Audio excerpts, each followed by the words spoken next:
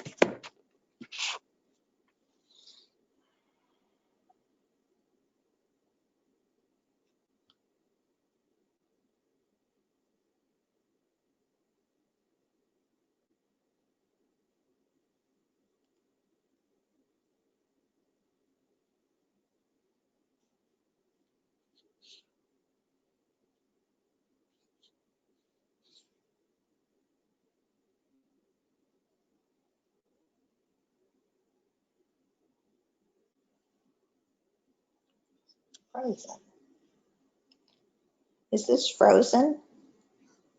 Or is No. nothing happening? Nothing happening. Nothing's happening. I'm watching the clock. I'm watching the clock count down to 10 o'clock. That's what's happening. Hmm.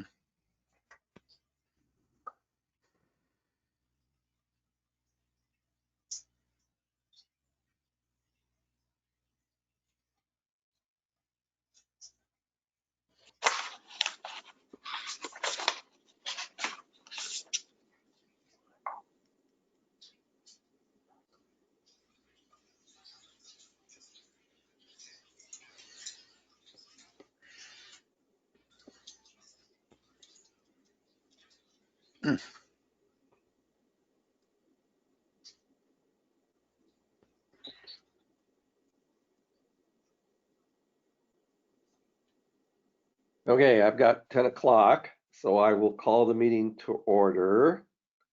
I'm Charles Dice, Chairman of the Southwest Coastal Citizens Advisory Committee. I'll let the other members introduce themselves. I'm Todd Lundy, member. Linda Ironman, member. Arch Cape. Chris Anderson, member, Arch Cape. Great, thank you. So the next thing on the agenda is a review of the meeting summary that Ian sent out yesterday, the day before. And I think perhaps as part of that review, I would suggest that we finish with the discussion that we started on November the 12th. We got partway through the agenda items, but not all of the way. And I did send out a list of my comments for those items that we didn't get to on November the 12th. So perhaps we could deal with those as part of approving, as well as approving the minutes that Ian sent out. Well, those would be old business, so maybe we could approve the minutes and then deal with the policies from the last meeting. Okay, perfect. I certainly agree with that. So does anybody have any questions or comments regarding the minutes as sent out by Ian? Nope. Does somebody want to move to accept the minutes? I'll move to. Okay, I second. So Chris moves and Linda moved, Todd second. sorry, Yeah. Linda moves. Todd seconds. All in favor? Aye. Great. So the minutes are approved. Also, the minutes from the previous month, they seem fine. Ian made a change on page 3, and that seemed fine to me. I guess they were already approved, but now we've seen the amendments, so it's good. Yeah, it's fine with me as well. Okay, good. So both sets of minutes either were or are now approved. So that brings us to, Ian, you want to lead us through any public comments? Sure. It looks like we have 2 members of the public here. I believe it's Mr. Paparoni and Ms. Chase, Nancy Chase. Would either of you like to provide any comments at this time? It's Mr. Sisson. This is Guido Paparoni. No comments at this time. Thank you very much. Hi, this is Nancy Chase, and I'll wait till the next opportunity to comment. Thank you. Okay, and I see we just had Carol Johansson join. Carol, we are currently doing public comments prior to the discussion, if you'd like to chime in with anything.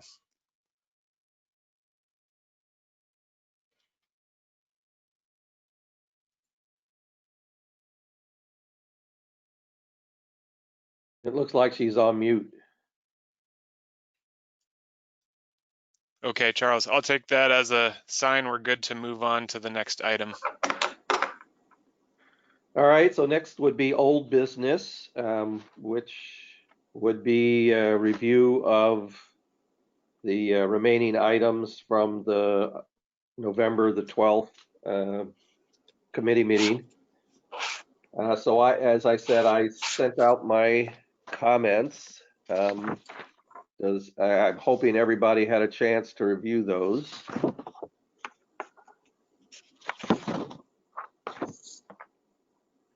Does anybody have any? Well, I guess we could just walk through them.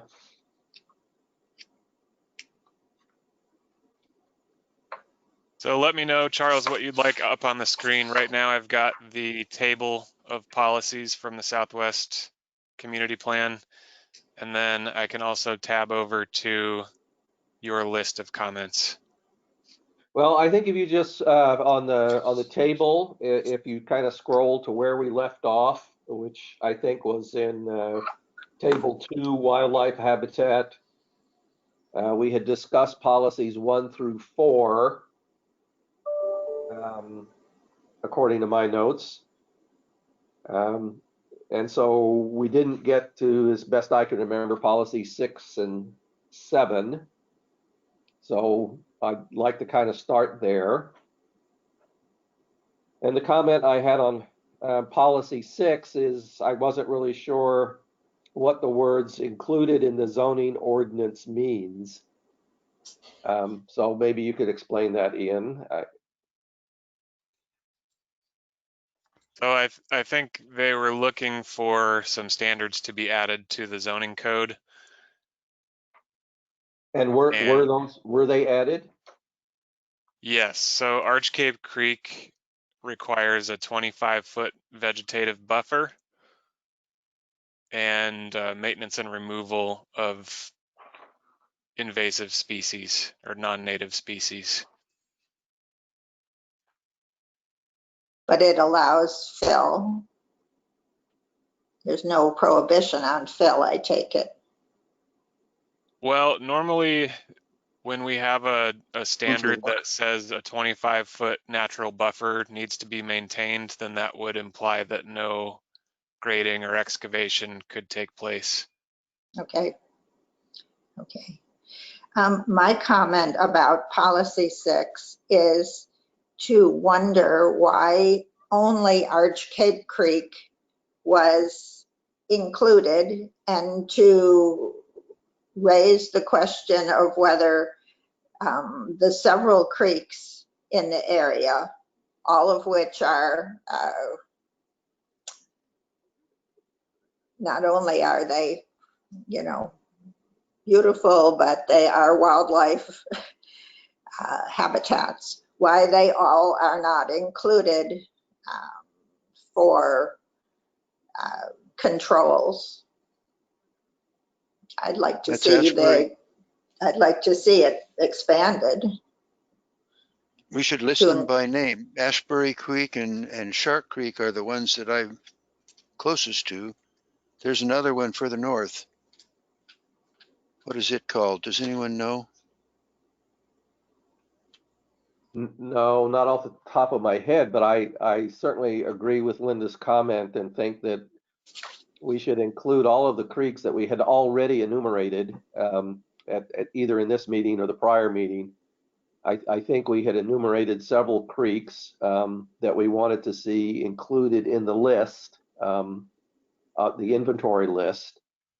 And that included Arch Cape Creek, Shark Creek, Asbury Creek, and Cedar Creek off of the top of my head. So Charles, I've got the development standards up here for the AC RCR zone, and it currently includes the 25-foot vegetative buffer for Arch Cape, Asbury, and Shark Creeks. Cedar Creek is not currently included. All right, well then, consistent with our wherever we added it in our prior discussions, we should add it here. Well, I think especially if it's in the zoning ordinance, it should be also in the community plan and the comprehensive plan. So we're just almost like a cleanup at this point, a reverse cleanup.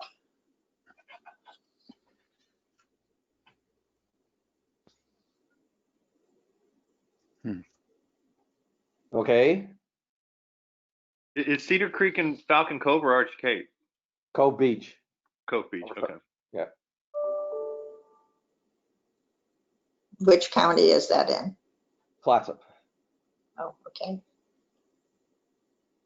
But there's one more creek that goes up. It's further north than Asbury. Don't know what the name of it is, though. Does anyone know that? That's part of our community. I do not, but I think it's the one perhaps that services either Cannon Park or I'm trying to think of the community Austin just to the Creek? north, Austin Norriston. I think it's called Norriston Park. But I think you're right, Todd. I think there is one up there. I show one called Austin Creek about just a little bit south of the fire station. Yeah, I think I mentioned that. Arch Cape Creek, Austin, and Asbury. And then Okay. there's one north of Austin. One north of. Actually north of the rocky outcrop there. Bit closer to Hug Point. Yeah. Hmm. But I cannot remember a name associated with it, but there probably is.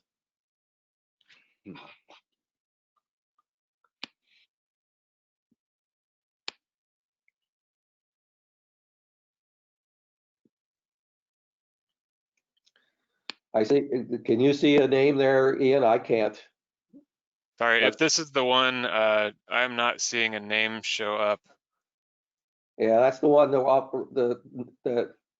the development just off of Grand Lane, which I think is called Norriston Park, but I wouldn't swear to it. That is fed by a creek, and that is their water source for Norriston Park. Let's see. Oh yeah.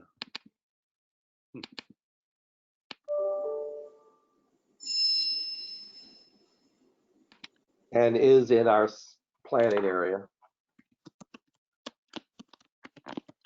There's Griffin Creek here just north of Grand along Okay. Picture Windows Lane.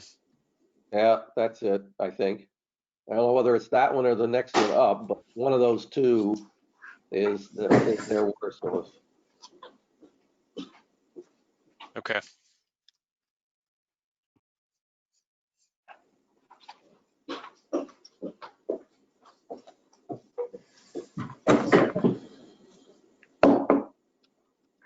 So is everybody okay with the changes or requests that we have made with respect to policy 6?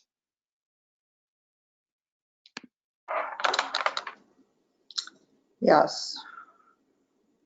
I am. Okay, so Yep. we could then perhaps move on to policy 7. So for policy 7,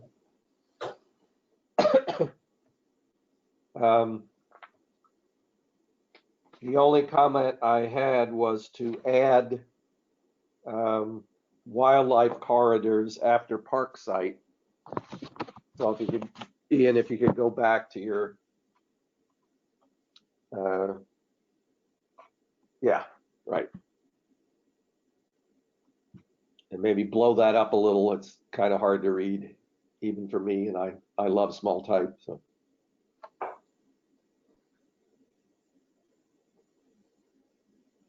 So Charles, tell me again where you were proposing to insert wildlife corridors. Yeah, I think it's under, hang on, it's under, this is where it gets tricky to follow along. And I'll have to get my actual table out here. So I think it would just go open space, common neighborhood park sites and wildlife corridors should be encouraged. exactly That would- right. That would make sense. But you're on a different policy 7 there. Oh no, you're not. No, that's it. Sorry, I was looking down at the bottom. You've got it.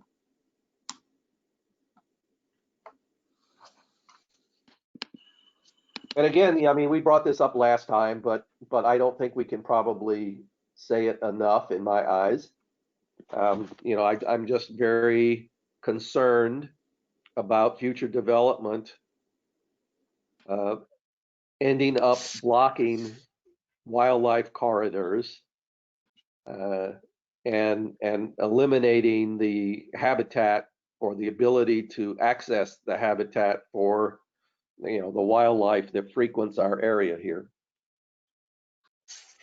You know, I have a trouble with, I appreciate the sentiment, but I have trouble with the idea of wildlife corridors. I'm imagining a path where they routinely go, but as I walk through those hills, that they're covered with paths, that deer trails and other game trails, and I don't know how you would identify where a corridor was. Well, I think people that are kind of skilled in the trade, ODF folks, are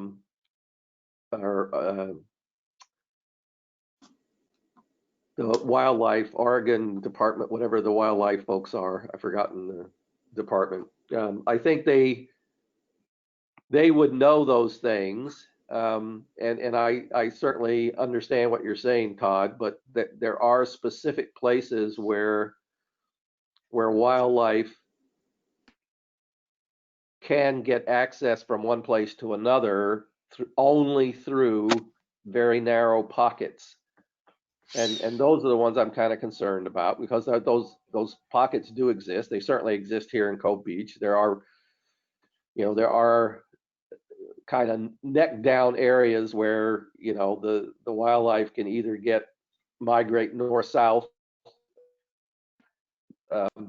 through that corridor, or if it got blocked off, then they just couldn't. I mean, you know, they either have to go in the ocean and swim, or they'd have to, you know, walk down Highway 101. So those are the ones I'm concerned about, and there may be a better way to express this. I don't have the wording to do it, but that's what I mean when I say wildlife corridors. Do you think we need to identify them? I'm thinking this morning I was chatting with a friend, and he turned his camera around and showed me a deer walking up a two-story flight of stairs, exterior stairs, showing how flexible they are in getting around. And I think that we need to be cognizant of the fact that they can get through, especially deer, and now we know elk are very comfortable maneuvering through our landscapes. If I could make a suggestion, I don't think you need to spend the time on identifying the corridors or figuring out what they are today. But I've got here in the table that we are interested in adding this language into policy 7 to include wildlife corridors. And I've put a couple of questions over here in the final column about figuring out how appropriate corridors are defined and looking to ODFW for guidelines potentially. And I thought now would be a good time to bring up something you should have received, which is a flyer for an upcoming workshop, which will be hosted by staff from Oregon Department of Fish and Wildlife, as well as Dogami, to talk about fish and wildlife habitat areas, as well as quarries and mining. So you could ask that question, Todd and or Charles or anyone of the ODFW staff during that workshop, which is on Monday, December 14th, next week. Okay. Yeah, I think that's good. And I'd also make a note that, you know, the wildlife corridors are mentioned in other sections that already are in the comprehensive plan. So it's certainly not a new concept. It seems like maybe providing wildlife corridors would be a way of getting around it so that we don't make areas inaccessible to them at all by fences and such. Yeah. All right. Well, I think, as Ian points out, I think it's a good question to ask the experts at this workshop. All right. So kind of moving along under the category of coast range, foothills, basaltic highlands, etc. There's a policy 1 that talks about a landscape unit. And this question may have come up at the November the 12th meeting as well. But I still haven't quite figured out what is a landscape unit and is it defined somewhere? It is defined in the community plan. So as you're going through it defines the different types of landscape units. And then there's a map of the Southwest Coastal Planning Area, which delineates where those landscape units are.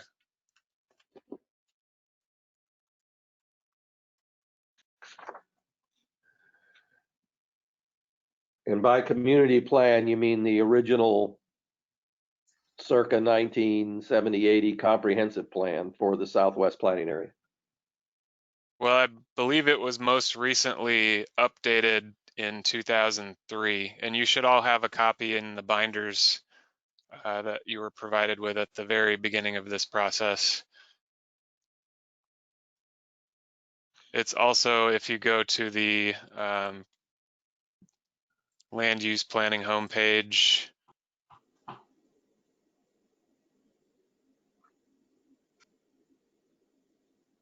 if it will load, there's a comprehensive plan update link, and this is the comprehensive plan update homepage, and the first set of documents listed here are the 6 community plans. So this is another way to get to it if you prefer an electronic copy over the hard copy. So if you click this link, it'll open up the PDF, and it looks like it was actually most recently amended in 2004. Okay, good. And so that's where the policies we're currently reviewing in this table, that's where those policies are coming from. All right, as long as it's defined somewhere. And then another comment was under transportation policies. And again, I wanted to add as well as wildlife corridors to the end of the sentence.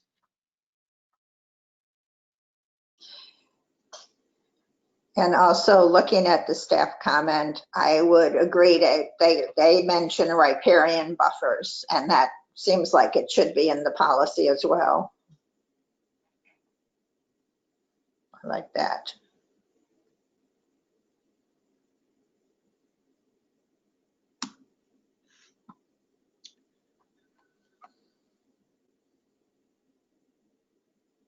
Okay, so then open space, yeah, historic policy 2.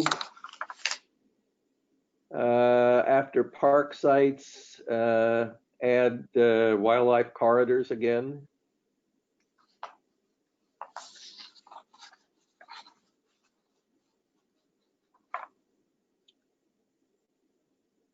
And then policy 7.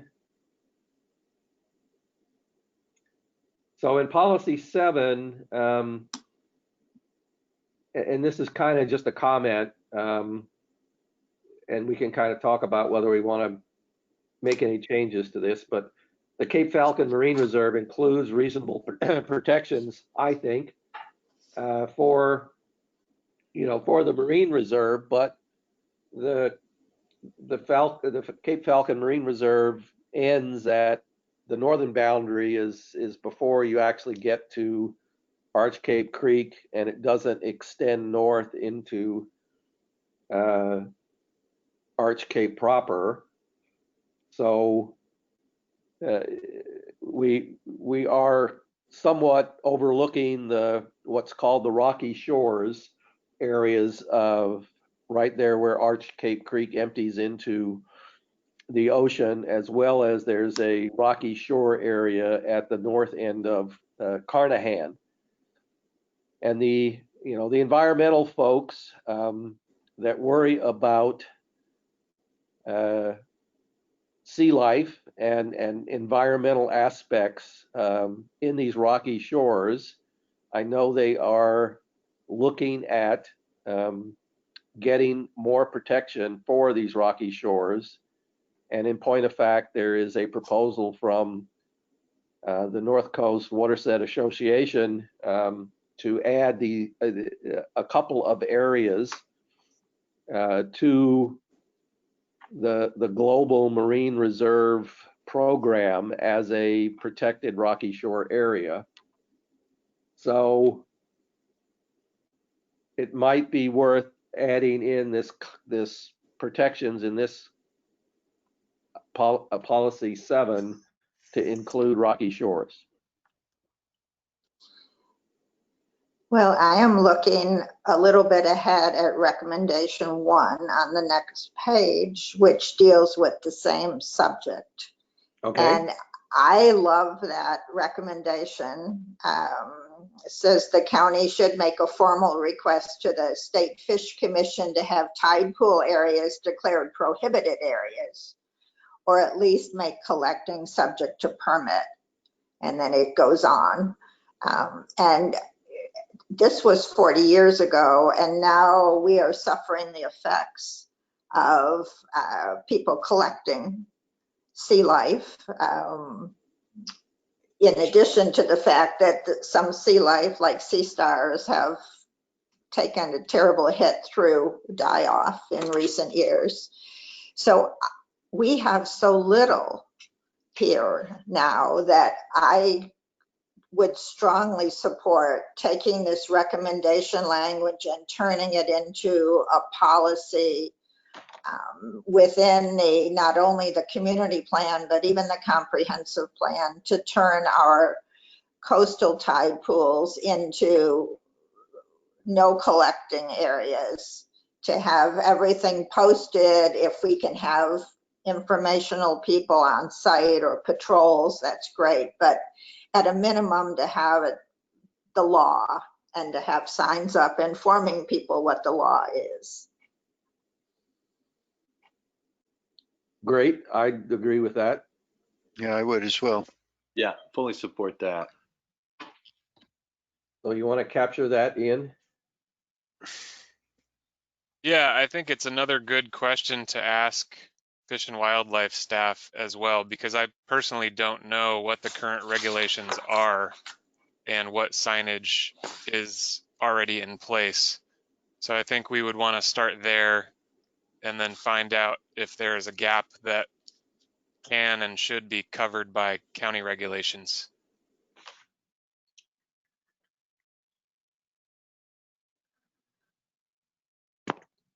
Okay, Is that something you can do, or are you wanting us to ask this question on Monday? I Yeah. think it could be a question for Monday, since we'll have a captive fish and wildlife person. They may not be knowledgeable on this particular topic, though I know their staff is divided in between, you know, different wildlife and fish types. Okay. and I think we'll do that. I just do want to capture the request, Linda's request, as part of our committee findings and agreement that the committee does agree with Linda's request for the update for both the Southwest Community Plan and the Clatsop County Comprehensive Plan to include protection for the tide pools or rocky shores.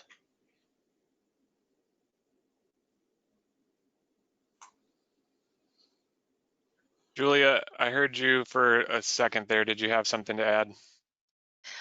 I was going to say, I'm not sure that we're going to have somebody who specializes in that area. I've got an assistant fisheries biologist, Mike Sinnott. What I was getting ready to do was just say, then also we'll have a guy who specializes in mammals. I don't know that we'll have somebody who specializes in birds, and I don't know that we'll have somebody who specializes in tide pool. I was going to make sure that somebody from this committee will be in attendance on Monday, and then I was going to try and maybe summarize these questions a little bit and get them to these specialists this week so that they could respond or be prepared to respond. But do I have somebody coming from this committee on Monday? I'll be Yes. there. I'm Okay. planning to come. Okay, awesome. So I'll see if I can't get some of these questions sort of into their agenda ahead of time. Great. And Margaret Good. would certainly know who the current Rocky Shore expert is, or at least the person working on this project. I don't remember their name right off the top of my head, but she would know that. Yes, and I sent a link in the chat for everyone. There's a story map on the Territorial Sea Plan update, which is ongoing. Well, the update to the Rocky Shores Management Strategy. So there's a lot of good information here. I haven't been able to go through this yet, but it may actually have answers for some of these questions.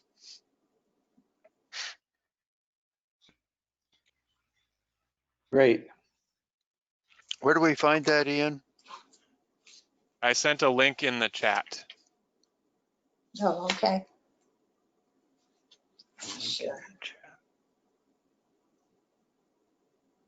All right. So if we go back, Ian, to the to table, whatever the table was, table 2, I think.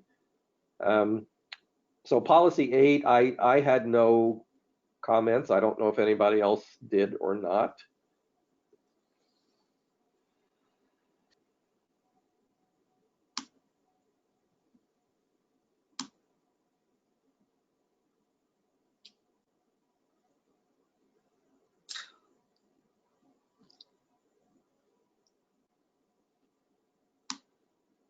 So hearing none, the growth policies was the next category. I think if you scroll down, yeah, good. So policy 4. So my only comment here was that as we had discussed, I think in other parts of the November the 12th meeting, I think we had made the request or recommendation that in the Southwest planning area, no excavation or filling of wetlands will be allowed. We need to respect the Goal 5 objective of no loss of wetlands. I'm wondering if someone could explain the kind of pecking order on requests to fill. I know that the county is currently, if they get an application for development that includes a wetland, just sends it off to DSL. But can we pass an ordinance or a comprehensive plan in this county that bans filling of wetlands? Is that within the county's jurisdiction or power? I believe it would be, and Julia could correct me if I'm wrong here, but normally we can be more restrictive than the state laws, but we can't be less restrictive than state laws. So by that logic, we would be able to be more restrictive than the current DSL regulations on filling wetlands. And we have other areas in the county that are included in the lake and wetlands zone, which has a lot more restrictions on what kind of activities can take place in lakes and wetlands that have been included in that zone. And I know we've talked about that before as something that's not included in the Southwest Coastal Planning Area currently. So I think there was some previous discussion with this group about potentially designating some wetlands within the Southwest Coastal Planning Area into that zoning district. Yeah. Yes, Okay. yes, there was. And to answer Linda's question, I agree with Ian. I believe we can be more restrictive, and I say that not just as my personal opinion, but as kind of a residual conversations with attorneys from after the Francis Capital and Walsh wetland setback series of public hearings, both at the Planning Commission and at the Board of Commissioners a few years back. That was also the legal opinion at the time, that the county could be more restrictive. And the dilemma, for those who aren't familiar with it, the dilemma that occurs is that, as Linda is saying, is that if I buy a property in Arch Cape that has wetlands on it, and I want to put a house on it, then I just go to the county and fill out a building permit application and send it in, and then the county, in their instructions, of course, they dutifully inform me that if I've got wetlands, I have to go to DSL, and if I didn't do that, they'll remind me when I send the application in. So I, as the developer, have to go to DSL and request a permit from DSL to fill. However, there are a number of problems with that from my perspective. One is that I don't even, if I'm the developer, I don't even need a permit from DSL if it's less than, I think it's 50 cubic yards, if I remember correctly, either 15 or 50, I can't remember which. But there's quite a large amount of fill that you can do before it even hits the ceiling where DSL needs to get involved. And then if it's over that limit, then there's a mitigation path available where I can either buy mitigation credits from a bank or just pay money and fill to my heart's content. So in my eyes, there's a lot of issues and risk with leaving this in the hands of DSL, and I think we've all talked about that before. Yeah, and I think we've made clear that we really want the county to step in and protect the wetlands down here because there's so few of them. We are talking about a resource on the endangered species list, so to speak, one that is quickly disappearing. And I feel the county is listening. So we'll know when we get to the wetlands in March. program again in March. Yes. We'll see. I would say we have heard you loud and clear, and just want to remind you also that we are working with CREST, the Columbia River Estuary Study Task Force, to update the county's inventory of wetlands and mapping of wetlands. And they will also be pitching some potential local wetland regulations for consideration based on research of what other local jurisdictions have done around the state and best practices and things like that. So I'm not sure exactly what the time frame is for hearing back from CREST. I know we've got it scheduled for next March. So anyway, just wanted to remind you that we will be taking a pretty deep dive into that topic coming up next year. Good to hear.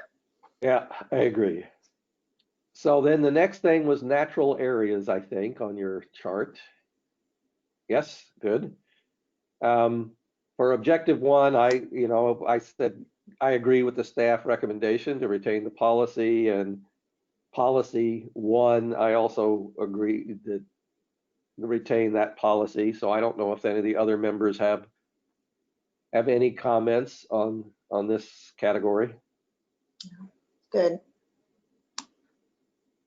All right, and then table 3, proposed groundwater resources policies, which hopefully is the next thing.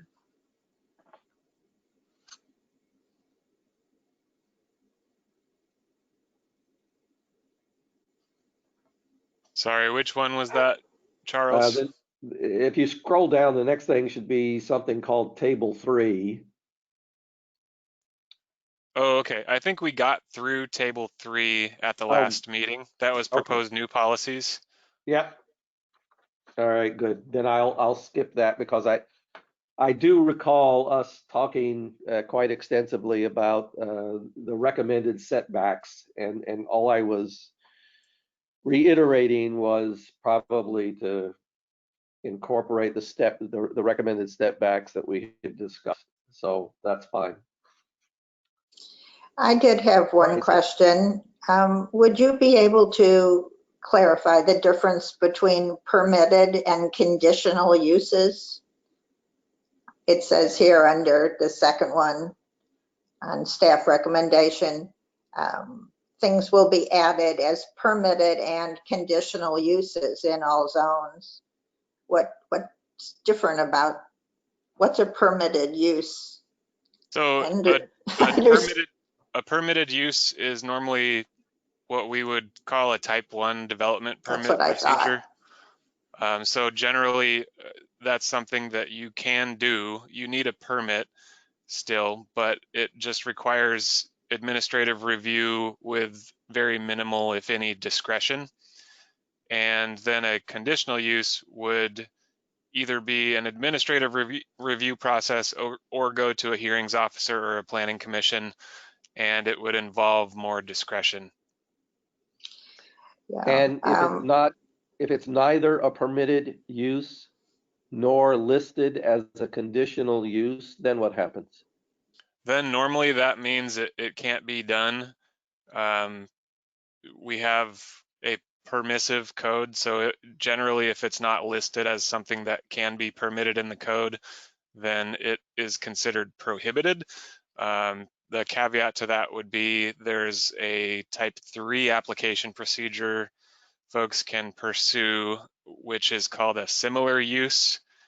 And with a similar use, if an applicant makes a case that their proposal is similar in nature and intensity to other uses that are permitted in the same zone, it could potentially be approved. And that would go to the Planning Commission. And then if the Planning Commission were to approve it, it would need to be affirmed. That approval would need to be affirmed by the County Board of Commissioners.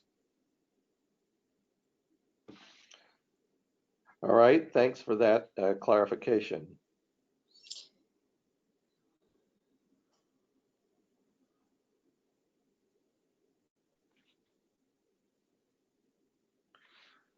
So if nobody has anything else, I think that concludes the remaining portion of our task for the November the 12th. So we could probably move on to today's task,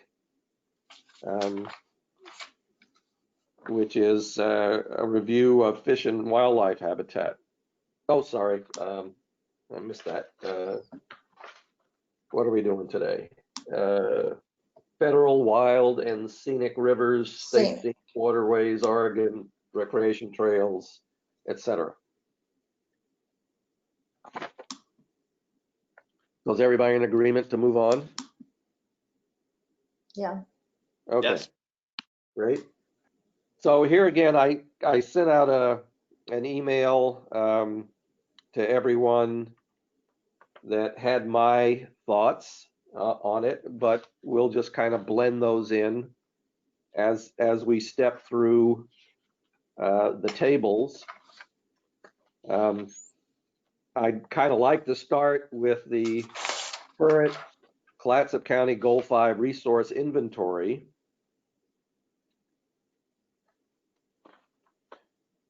And I had some recommendations for things to add to that inventory.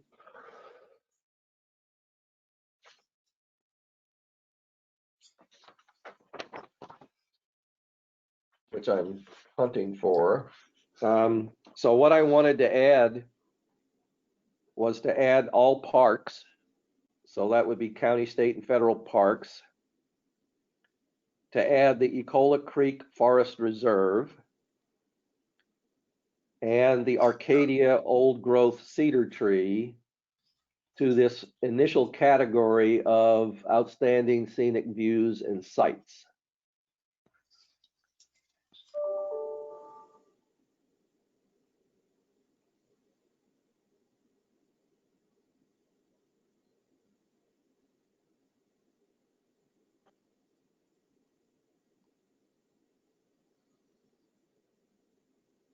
And I am wondering about US Highway 101 corridor south of Silver Point to the county line. I am wondering how one might designate that as a scenic corridor. I believe that would be either state or federal designation, and that we would probably go with whatever has been designated by the state or federal agency. And so I'm not positive what the extent of that currently is. So is that what happened with the US 101 corridor between Cannon Beach and Silver Point? It was on the state's list or something? That would be my assumption.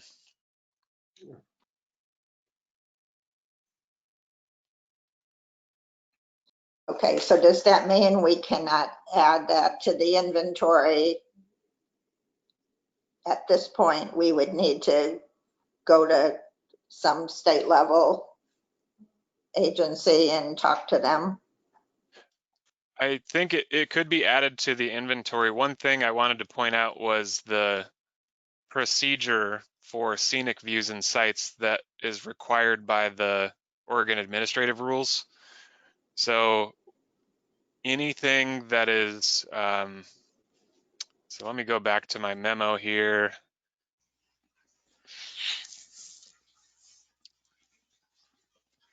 So for wild and scenic rivers, local jurisdictions are required to include any designated wild and scenic rivers in their Goal 5 inventory. However, they're not required to go through the whole Goal 5 inventory process, which is the EEC analysis, as they call it, economic, social, environmental, energy consequences analysis. Same for state scenic waterways, same for approved Oregon recreation trails. And I did not see anything about state scenic byways or, federal scenic corridors for highways. So if they would fall under the category of scenic views and sites, it would require adoption into the inventory through the Goal 5 process, including the EC analysis, development of implementing ordinances. Okay. How do we promote that? You would just make as we've been doing with Goal 5 resources that are not currently inventoried, you would be making a recommendation that it should be considered a significant resource and go through the Goal 5 inventory and adoption process. I think we Okay, should so do would that. it be, yeah, would that be appropriate for us to do now with the corridor south of Silver Point to the If county line? if your group would like to make that recommendation, you could do that. The question I would have is, what would be the goal of including the rest of it? I mean, it could be acknowledged, I think, in the plan that the federal scenic designation exists. And so I think the adoption into the Goal 5 inventory, it would require implementing ordinances. And so I guess my question is, what is the aim of adopting it and developing implementing ordinances on top of what regulations might exist under the federal designation? Perhaps we better find out first what is designated already. And Okay. but I still, regardless, I think it would be worthwhile for it to be on the record that we would like to see that done. If it's already done, so be it.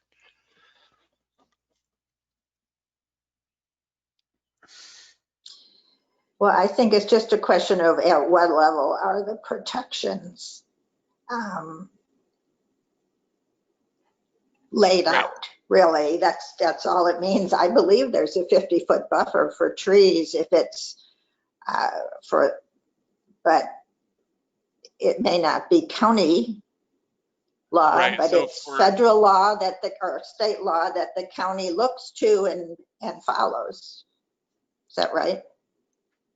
So it may be similar to how we handle Oregon recreation trails, state scenic waterways, and federal wild and scenic rivers, where we acknowledge that they exist within the county and we defer to the state or federal agency for regulatory authority.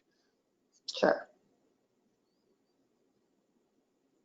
Well, we're having a rash of building down here along Highway 101. There's these narrow lots that people have suddenly figured out are not very far from the beach. And it's, I know they're supposed to plant 25 feet of trees, but it's a lot of house to be shoehorning in right along the highway. So it would be nice to have a little more protection down here. Mm-hmm.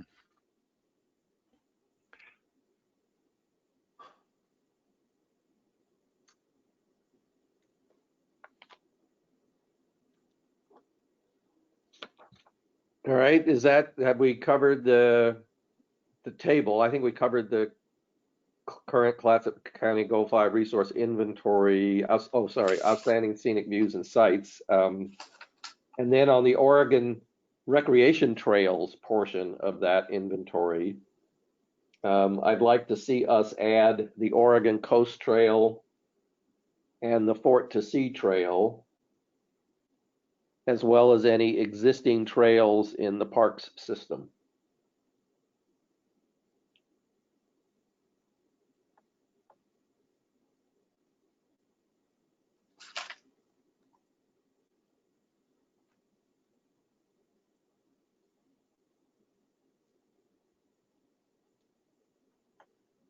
And where was that recommendation going, Charles?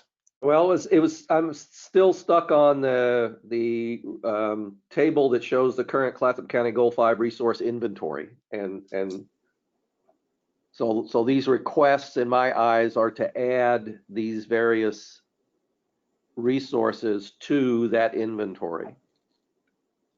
So that the next time we look at this table, whenever that may be, it would include these resources that we have named today. And so, just so I'm clear, this would be to adopt them as outstanding scenic resources and not to advocate to the state to include them as approved Oregon recreation trails. Well, I'm saying for sure add them to this inventory. But if there's also an additional step that's required for us to get them included in the state listing, then fine, we should do that too. But the point in my eyes is if you don't have, a lot of these things listed on the inventory, then it's difficult as we start stepping through all the various policies later on in the plan document. Then those policies, may not apply unless the resource is in the inventory table. And it certainly makes it, in my eyes, makes it much, much more clearer that the policy should apply if it is listed in the inventory table. Okay.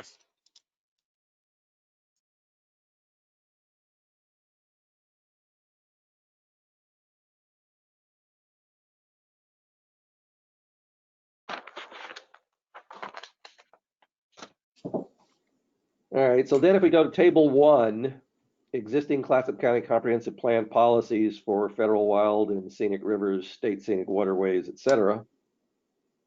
The first category is natural areas policies. And policy 1,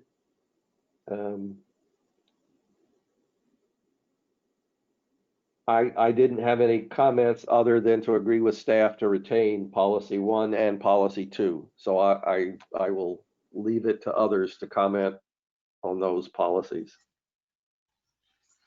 I agree. I accept the Agree. staff on those two. Okay, so then water resources, policy 1, I agree with the staff to retain it. However, it seems that here again, that we ought to have an inventory of what these water areas are. Otherwise, it seems very vague to me, but I'll defer to comments from others or Ian.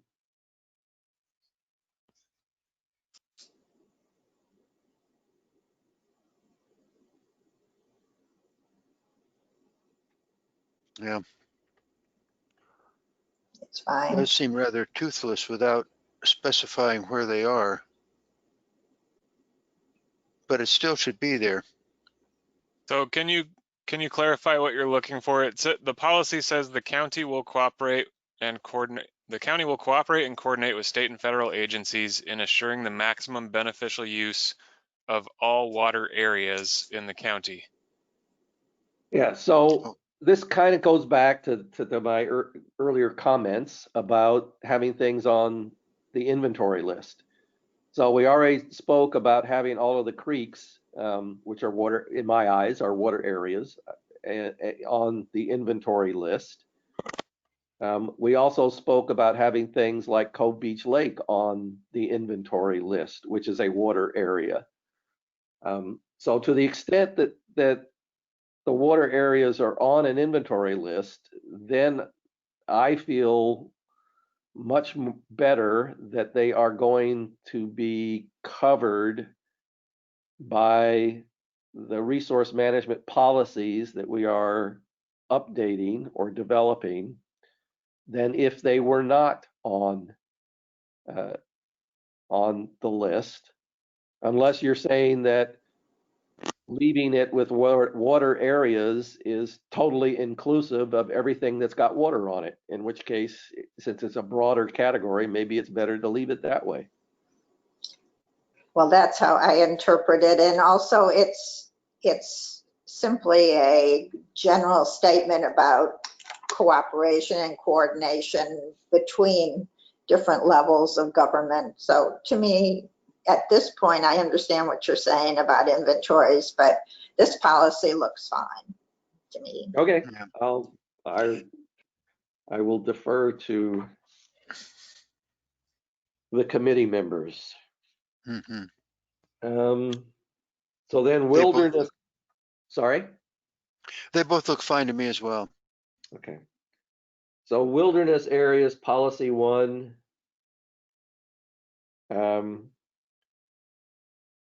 I think this kind of falls under the, I did have a comment about, again, the inventory thing, but I'll agree with Linda's assessment that at a policy level,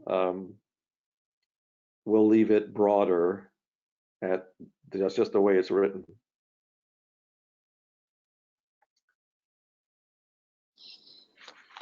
And that takes us, Before we move on, because I know we're probably not going to talk about these goal 8 policies at this point, but I did have a question. Is there a map that shows county-owned properties within the county? Is there a layer on web maps or something that shows county ownership of land? I believe there is. Seems like I've seen one. Yeah, I agree with that. I think there is.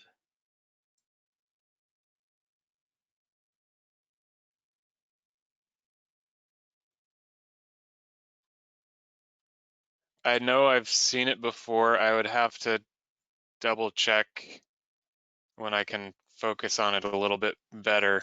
The other thing you can always do is search by property owner and type Clatsop County.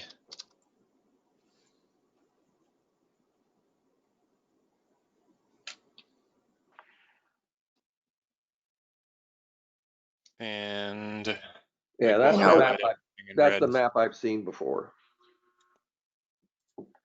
You know, where I'm going here, my brain is wondering about, you know, open spaces and some little pocket parks and things down here. If we identify parcels that are owned by the county, maybe they could be Traded. put to some local use, you know, for the benefit of the communities. Yeah, or traded, or as an incentive of some sort. Yeah, absolutely. Ian, it's the red bordered that are county owned. Correct. Wow. They got a lot of lots in there. I wonder why. Yeah, I don't know the answer to that. Well, I'd say thank goodness to give something outside of private ownership. Yeah. I think there was a proposal long ago for a park. So maybe somebody donated. I'm trying to remember who, wasn't it Maury Clark that owned a big swath of that area near where these red boxes are, and didn't he donate? I don't know, maybe I'm thinking of something else, but I thought I remembered he donated the land. So I don't know. Now, how did you get to that map? You just searched Clatsop County as the owner Correct. and you got them all on one sheet? Yeah, Okay. so here in the search tool, you can search by owner. So I just typed Clatsop County and hit apply, and it highlights everything in a red outline.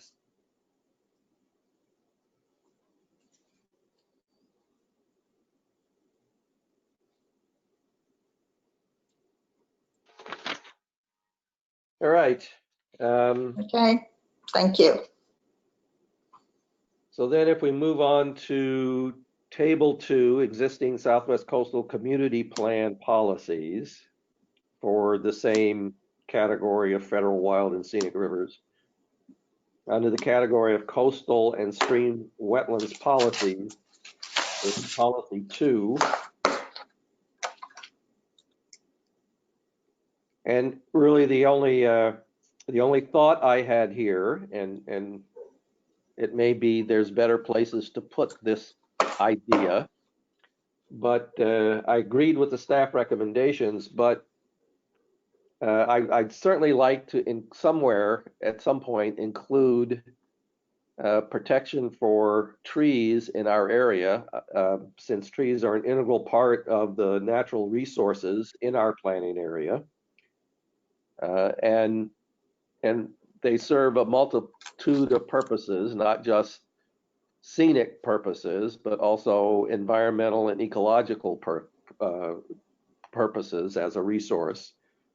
And you know, tree removal should be restricted only to those trees that present a hazard as determined by an arborist.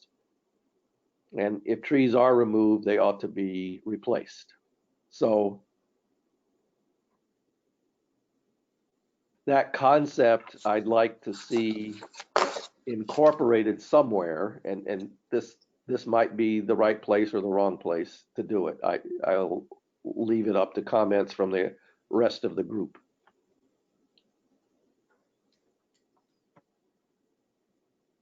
Wasn't there one, there was several in here about trees somewhere. I don't have to find it.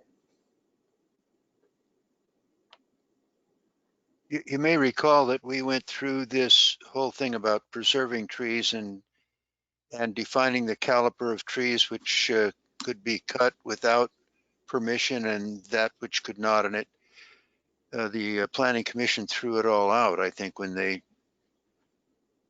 torpedoed the Arch Cape plan. That's my recollection. But it was a lot of maneuvering to get that right. Yeah, but that was some years ago, and then now I think we have an update to update the comprehensive plan. So I'd certainly like to see this included in the comprehensive plan, so that, again, you know, in a year, 2 years, 3 years, once it works its way through the system, it shows up in an ordinance somewhere. Well, the problem we have in Arch Cape has to do with development and the fact that many of the lots are very small. You know, they're undersized lots. They're 50 by 100. Someone submits a building permit or development permit for a 4-bedroom, 4-bathroom house on a 50 by 100 lot. And in order to build that house, the wooded lot suddenly becomes totally clear cut. Mm-hmm.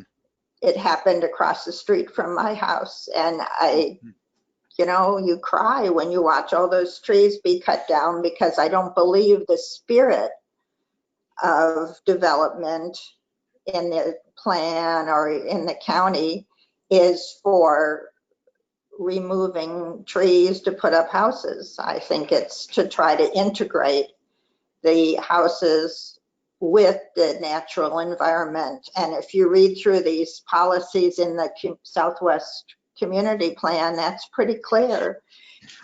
Yes, we're at a disadvantage because our overlay district was repealed at the same time that the design review committee was eliminated.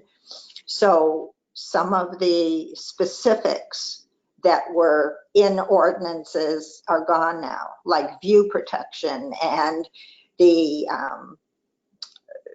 some restrictions on building materials and things.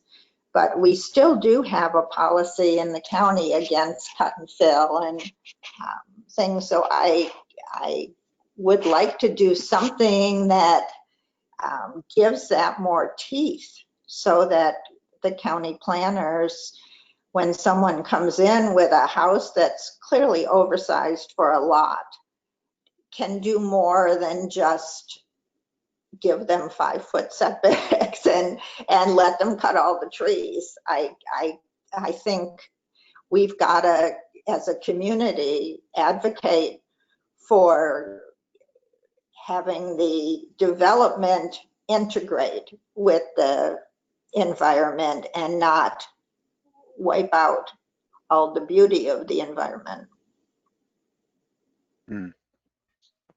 Yes, and that's why I made the comment to put that in at this point. I mean, I think we need to include it perhaps in several places, but when I read through the policies, this seemed like a logical point to insert tree protection.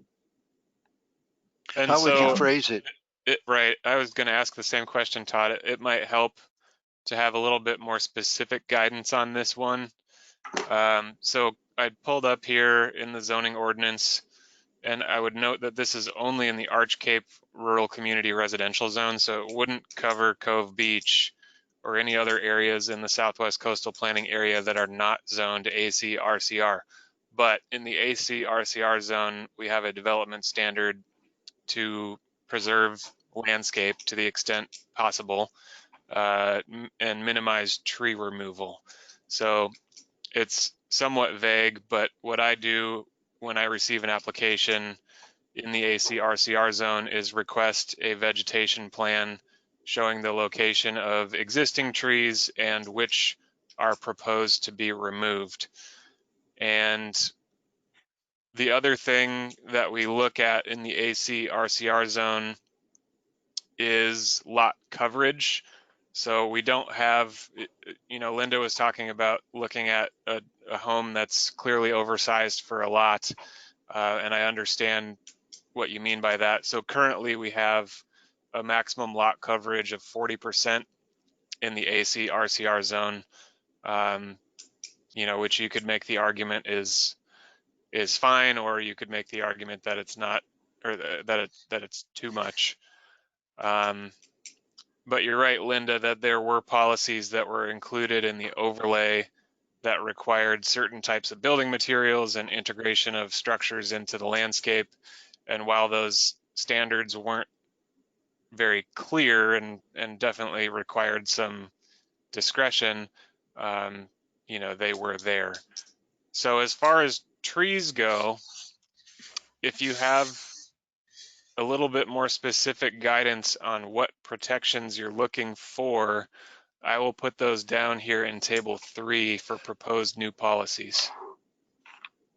Okay, so one we had previously was that an arborist, any trees that were going to be cut down outside of the building envelope would require an arborist to say that that tree was endangered by the building process.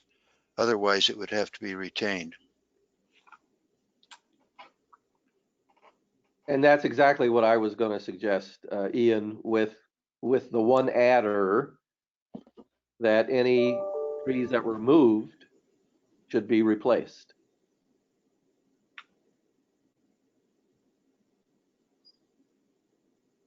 Well, that's fine if the house is already built. You know, Well, we're talking about trees in our yard, then that's fine. But we still have the separate problem of houses that can't be built without clear cutting the lot. And Well, that's where I think that second restriction that Ian pointed out of 40% is, you know, is a good one. You know, whether 40% is the right number or not, I don't know, but I like that idea to address your point, Linda, and I'd like to see that certainly implemented in, you know, the entire Southwest Coastal Planning Area. Again, it may not be appropriate for the entire county because there's plenty of places in the county that don't have any trees anyway.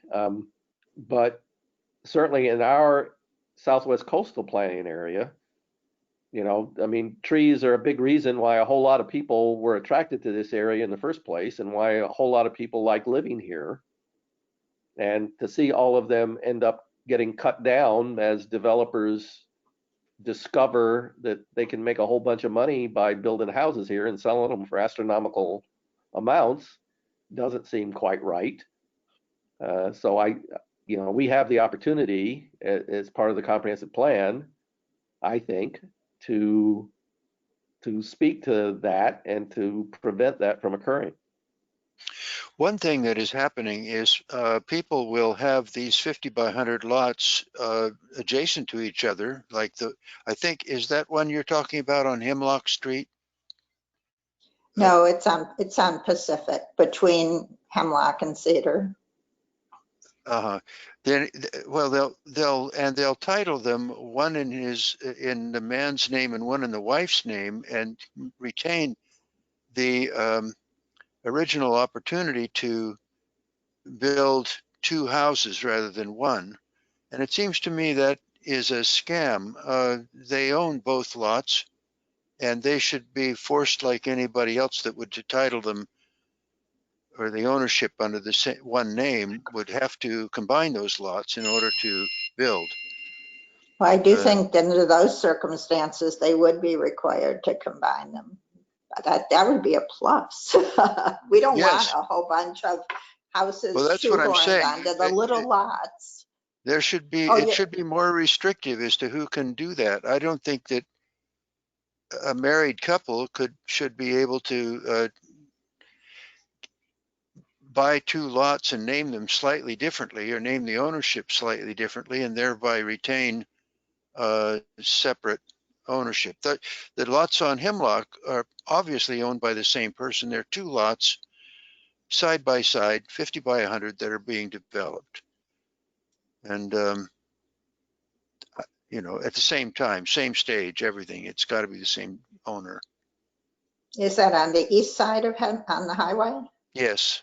Oh, okay. I'll go check it out. They've cut down all the trees. This is Julia. I just wanted to just provide you with a section of this Clatsop County Standards document, section S 1.030 on the general exception to lot sizes, which addresses what you're talking about. And this is in the zoning ordinance, and it does reflect statewide land use regulations, so we're consistent with it. So for a lot of record, and that means a legally developed, a legally created lot with a dimension or area that does not meet the requirements of the zone, it can be developed as allowed by the zone, subject to all other applicable county development standards and requirements, provided. And then there are some provisions, and there are two major camps. And the one that the ACRCR zone fits into is sub 2.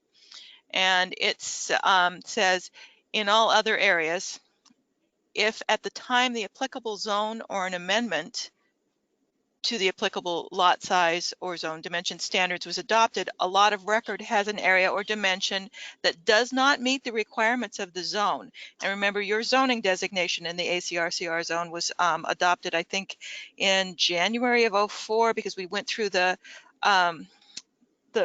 rural community zoning update in late 2003. And the lot of record was not in the same ownership with a contiguous lot or parcel, which does not meet the minimum area or dimension requirements.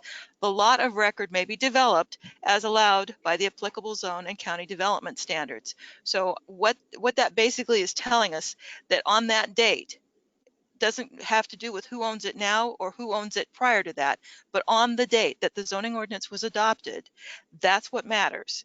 And if they were in contiguous ownership, then they're going to be considered part of a tract. If they are in different ownership, regardless of whether it's a husband or wife, or regardless if they are people on the other side of the planet from each other who've never met, it's going to be separate.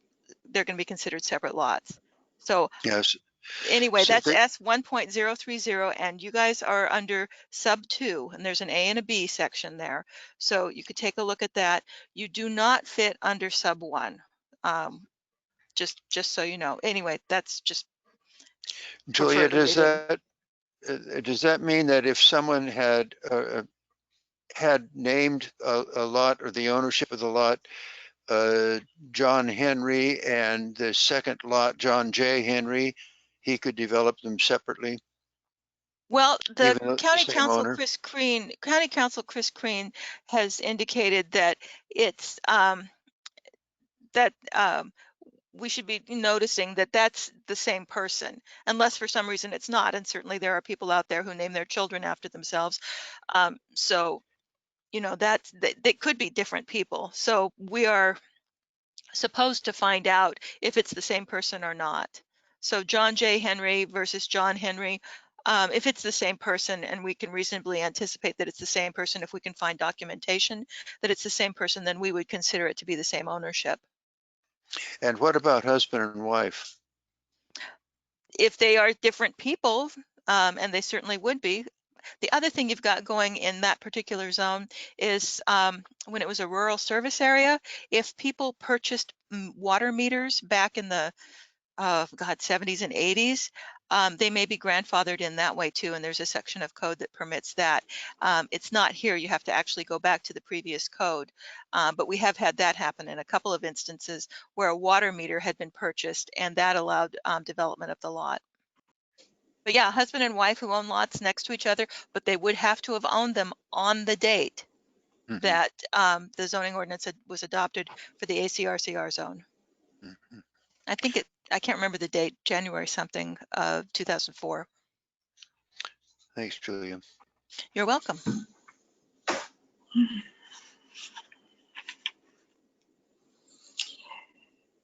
So where did we leave this discussion? Policy 2. We're trying to come up with some language for trees. Yeah. And maybe we could work on that as homework and submit it. So far, I've got here, and it's up on the share screen, that in the Southwest Coastal Community Plan, protection should be included for trees, including that a certified arborist would need to determine a tree over a certain caliper is hazardous prior to removal, and that removed trees shall be replaced. And then I also added to include the standards that are currently in the AC/RCR zone for vegetation and lot coverage throughout the Southwest Coastal Planning area. All right, sounds good to me. So what have we got next? It should be headlands and points policies, right? Yes. Policy. I have a question still on that. We haven't decided whether we're going to do this as homework, as Linda suggests, or whether we're going to leave it as Ian has read.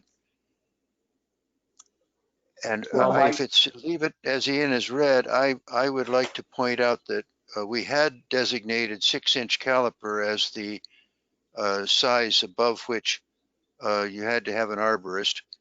And the second thing I'd like to point out is that on these 50 by 100 lots, they've cut down so many trees that to replace them would be ridiculous. You'd have trees every 5 feet.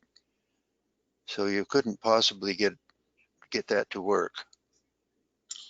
And somehow 40% lot coverage isn't translating into a house that leaves 60% of the land natural. Yeah. It's not, I'm not sure Right. how to deal with that. 40% doesn't sound excessive, but in reality, it's not working in a number of cases. There's paving and other things that take up. Yeah, so I think what the Ian's suggestion is, I think he captured, the concerns. And I think, if people can think about this between now and the next meeting and submit recommendations by email to Ian, then we can do just like we did today and revisit that portion under old business when we meet in January. Okay. So I I've lost track. I have another general question before we move on. Reading the text of the current community plan under outstanding scenic views and sites, it pretty much divides the world into coastal and timberlands. There's only two categories in the world, which isn't nonsensical. I'm not against it. But so it says that the scenic resources only, they're addressed in the plan's coastal shoreland element, which I believe they mean the strip that is maybe half a mile to 5 miles, as they put it, the coastal developed strip versus the timberlands. So I don't know if that's consistent with the definition that's being used for coastal shorelands,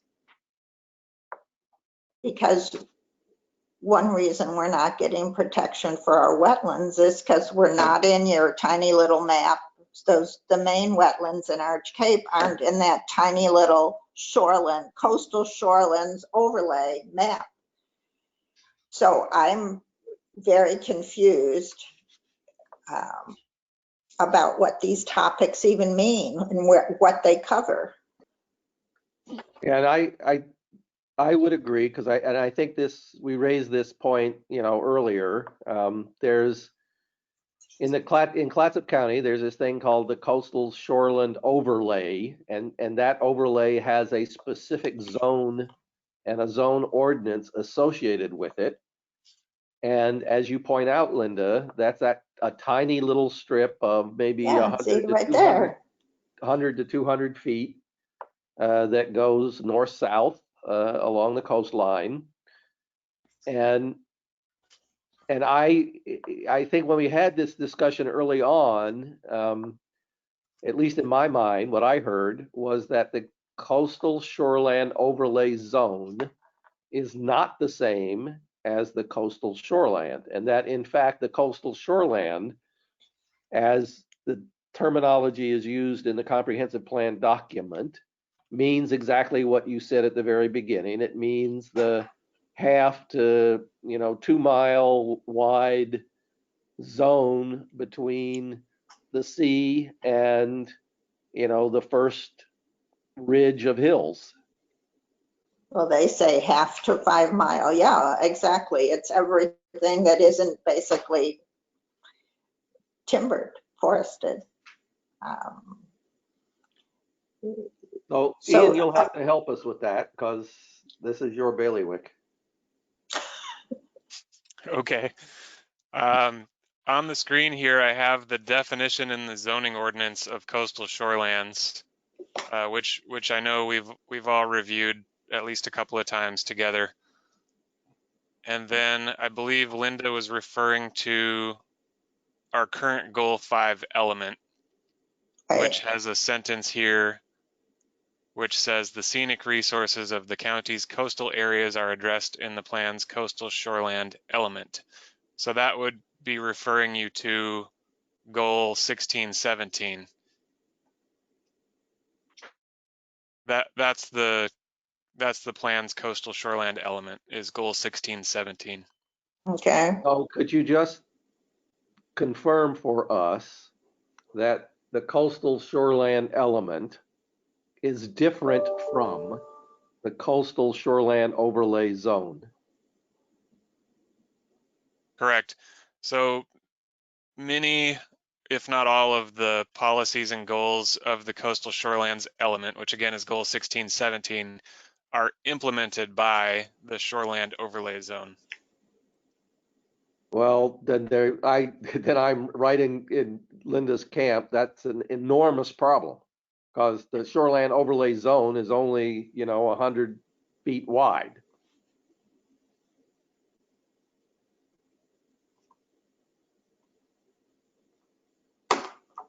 At least down here. Yeah, in our planning area. I mean, there's a map that we looked at, a meeting or 2 meetings or 3 meetings ago that we did look at a hand-drawn ancient map, which seems to be the only thing available that shows the shoreland overlay zone. And it is a tiny little strip that more or less is contiguous with the floodplain zone. And only runs maybe 100 or 150 feet, if that, ashore from the from the ocean line. Right. So I'll turn your attention back to the definition of coastal shorelands, which is here up on the screen.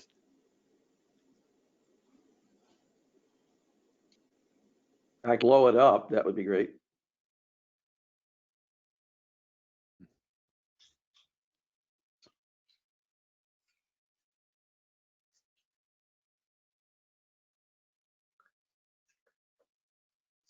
Okay, so we need, so if that's the definition, then we need to make sure that the comprehensive plan does not use the word coastal shorelands and uses some other word when we're talking about this half-mile to 5-mile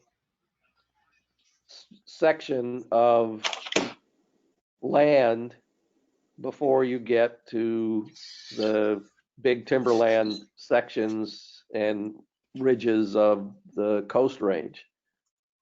And what we need to call that something different, because that's where the wetlands are, most of our wetlands, that we want protected. And most, this definition of coastal shorelands is not going to do it. and most of our development is in that strip too. I mean, outside of the coastal, whatever, this coastal shoreland overlay. So I would also say to keep in mind that we're looking at the 1980 Goal 5, which the reason we're here today is because it desperately needs to be updated. And so what it sounds like we need to do in this introduction section to scenic resources for Goal 5 is clean up the language. And so you're saying you'd like to strike this paragraph here, which is just one sentence by itself. Because clearly, if you look at the Goal 5 inventory of scenic resources in Clatsop County, it includes many areas that are not within defined coastal shorelands, right? Yeah, correct. So I think it's a matter of cleaning up the language in this series of paragraphs, providing background on outstanding scenic views and sites. I mean, the other argument that might hold water or might not is that once we get to what goal 16 and 17 that talks about shorelands is to redefine the definition of coastal shorelands to be anything from the ocean to 5 miles east of the ocean. And then I think we're fine. So one of those two routes should get us to the right place. Okay, and I would imagine, and I can double check, but I would imagine that we're using the state's definition, which is provided in the Oregon Administrative Rules and the statutes as far as what coastal shorelands are. And then there's not to be construed with the coastal zone, which is measured to, I think it's to the crest of the Coast Range from the ocean.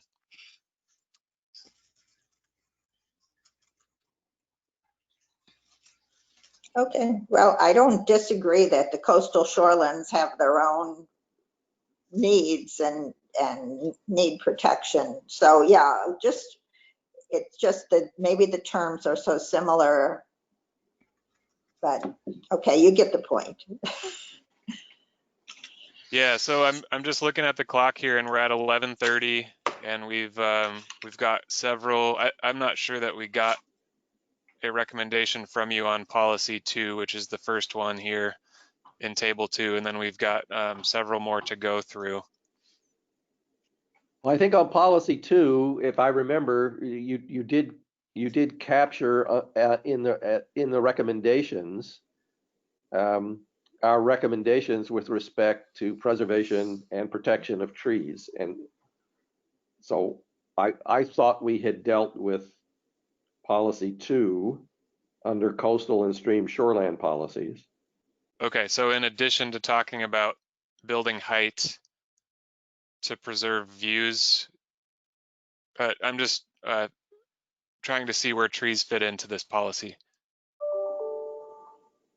Well, in my mind, it was all about that preserving views issue, and the fact that what we do not want is we don't want people coming in, and I understand people are going to need to remove trees that end up within the envelope of their site plan for their building, but we don't want people removing trees that are outside of that just to improve their ocean view.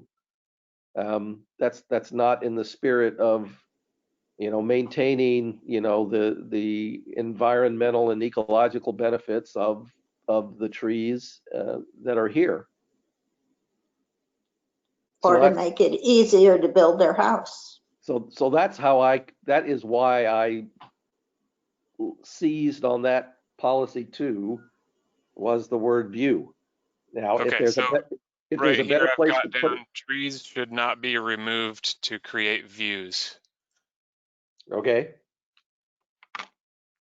I don't think that buys it because there'll be a lot of reasons to cut down a tree other than view. Todd, sorry to Removal of interrupt. trees. This policy here is about, in order to provide the greatest view potential for properties throughout the area, Okay. we're talking Okay. about limiting building height.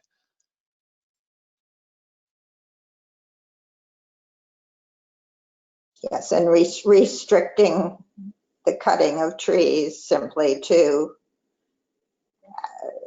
improve views. Right.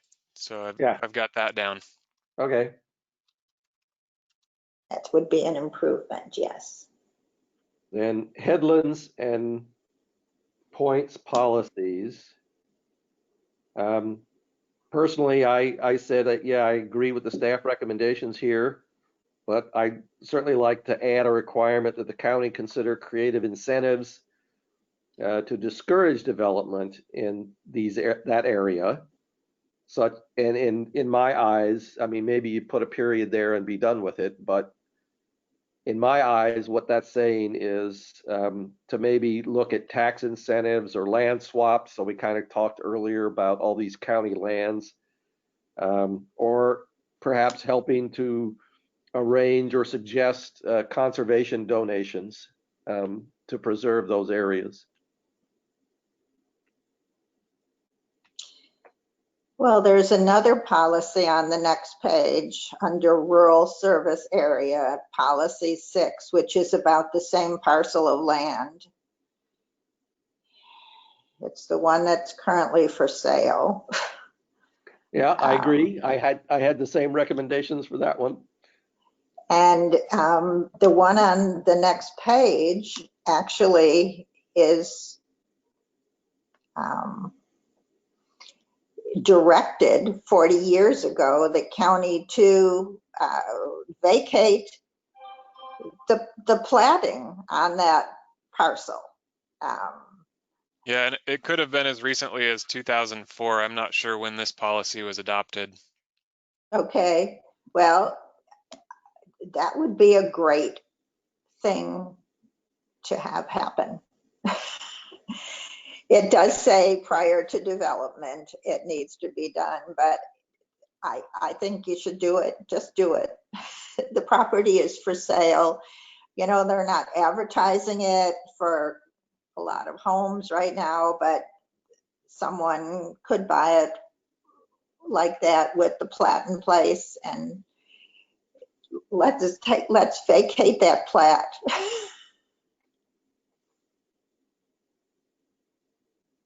And then replat it sometime. I don't know. Don't replat it. So should we, I mean, it sounds like we ought to deal with that when we get over there, but I'd kind of like to deal with policy 1 that's in front of us? Unless you're saying you want to do something more with policy 1 that would also include what's over in the recommendation, the rural service area.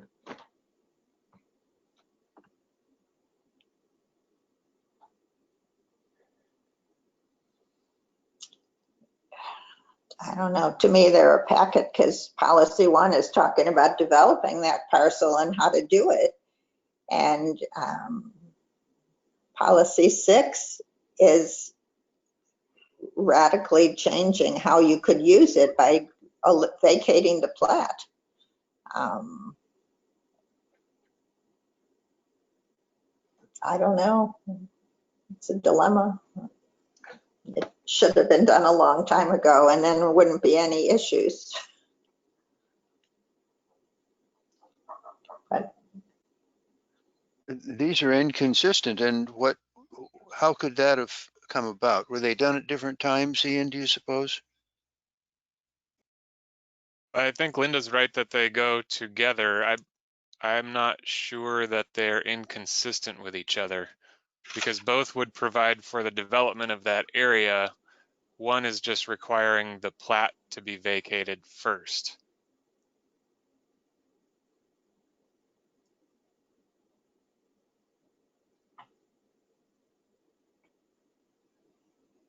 Could we eliminate, just strike policy 1 and go with policy 6? no, policy 1 is a good policy in some ways. No, I don't know.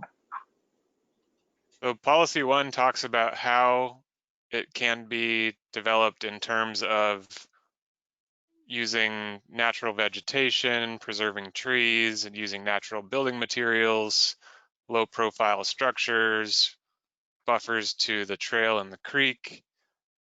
And then policy 6, so this one is kind of, it really should follow, I think, in our minds, what policy 6 is saying, which is that the area was previously platted and that the old plat shall be vacated prior to development.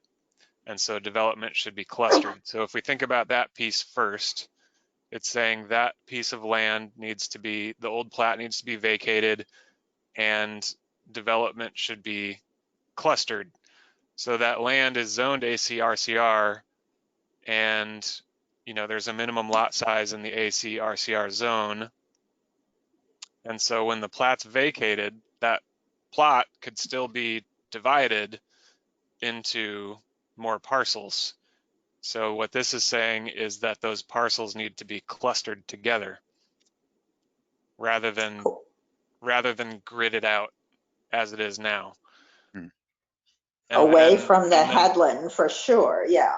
And then the next policy is talking about once it's being developed, that trees would need to be maintained and natural vegetation and the use of low profile structures and natural building materials. Yeah. Well, it sounds like this is ripe for combining these in my eyes, because it's speaking about the very same parcel. Does that make sense?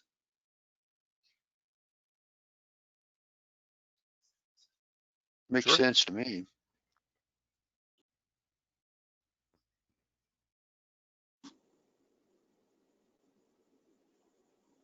And maybe maybe we should combine it under policy 6, since it's speaking specifically about the rural service area.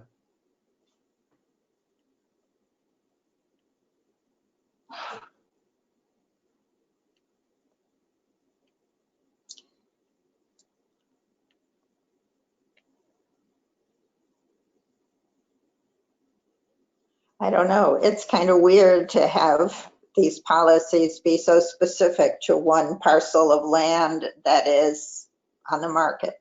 I'm just trying to, but on the other hand, this is all existing regulations that are on the books now before it's sold. So changing things isn't necessarily a good idea. So what I'm hearing though is that you'd be combining the two policies, not changing what the policies say, but just combining them together. Is that right? Yes. That's Okay. what I think makes sense. So it doesn't sound like any of the regulations contained in the policies would change. Probably be best That's if correct. they didn't. Yeah, I would agree. Okay, so I've got that down in the notes here. All right, well, I think if we're gonna let, entertain public comment, then maybe we should again defer the rest of this until the old business section of the January meeting, and I would ask everyone to, give some thought to the various proposals and recommendations that have surfaced, and put them in an email and send them to Ian so he can distribute them to all of us, so that hopefully when we meet next time, we can all be on the same page with respect to the rest of these items. So Ian, you want to see if there is any public comment?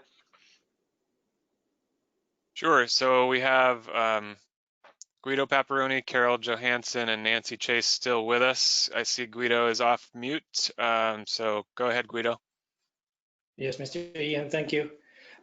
Just a couple of comments based on the discussion today. I want to reiterate some previous comments for the last two meetings. Cove Beach Lake was mentioned today again, and I wanted to reiterate that it does not exist as a lake on the USGS maps. It's actually a pond, and the wetlands inventory described it as such, a pond. It's not a lake.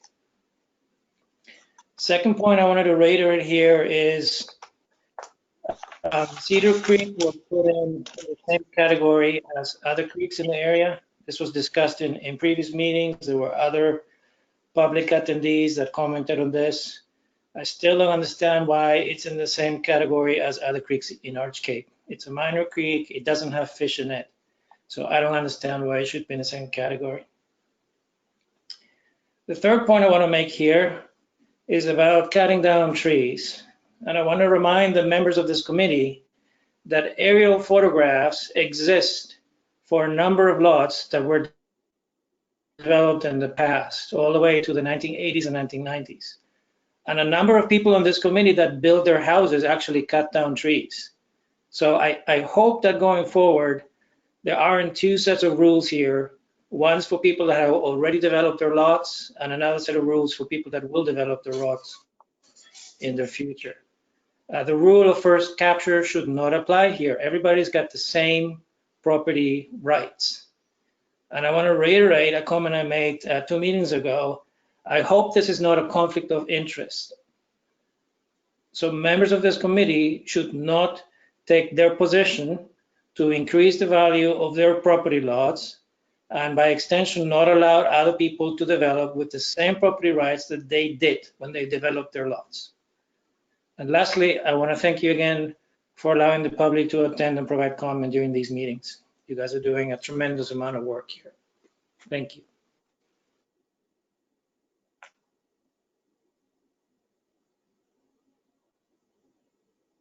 Okay. Thank you, Mr. Paparoni.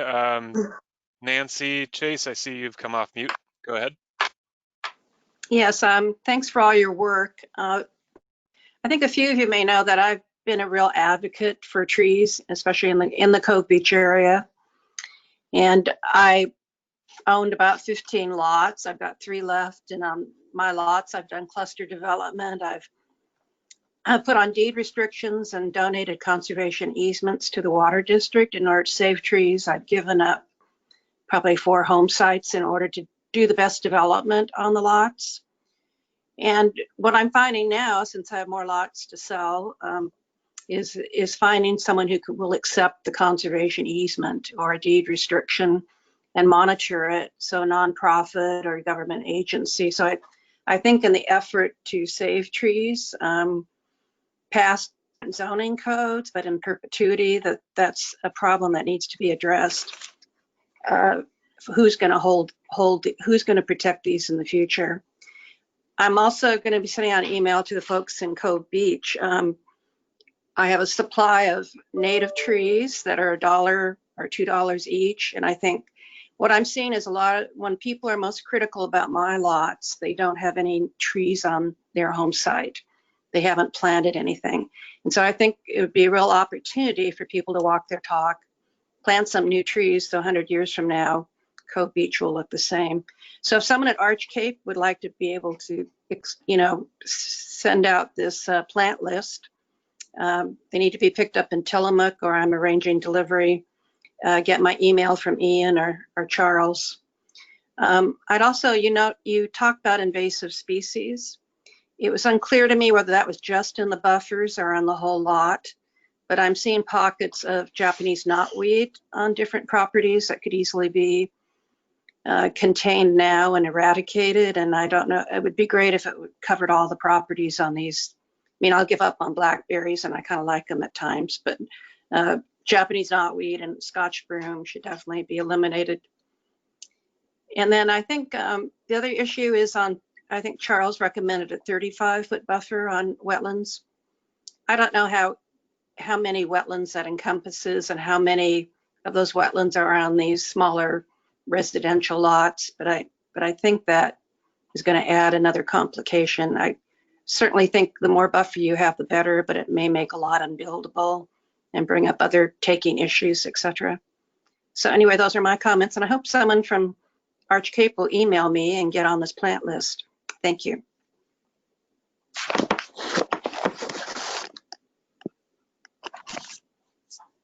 Thank you, Ms. Chase.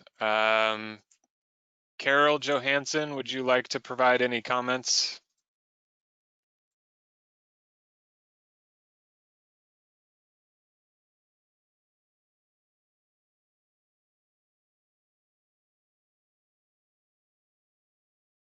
If you would, you're on mute. Oh, I'll give a couple more seconds if you wanted to come off mute to provide any comments.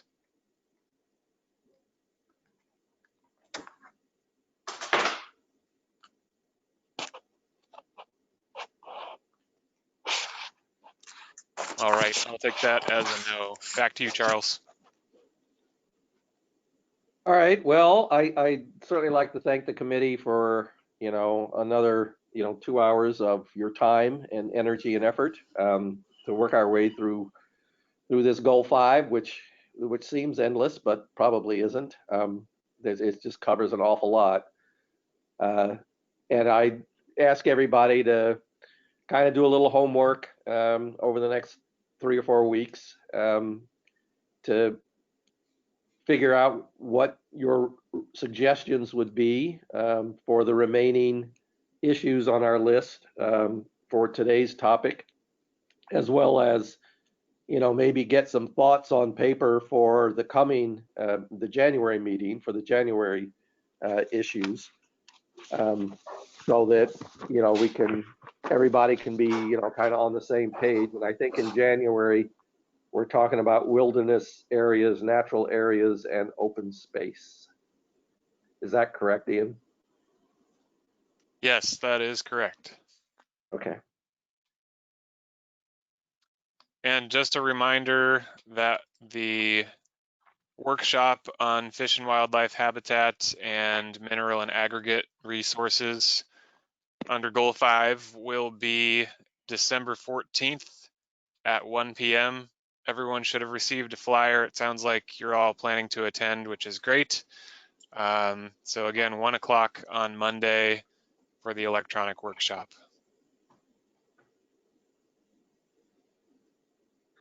Anybody got anything else they want to add before we adjourn? Thank you, folks. Thanks for keeping us on time. Yeah. All right. Thanks, everybody. Thanks, everybody. All right, thanks everyone. See you next time. Bye-bye.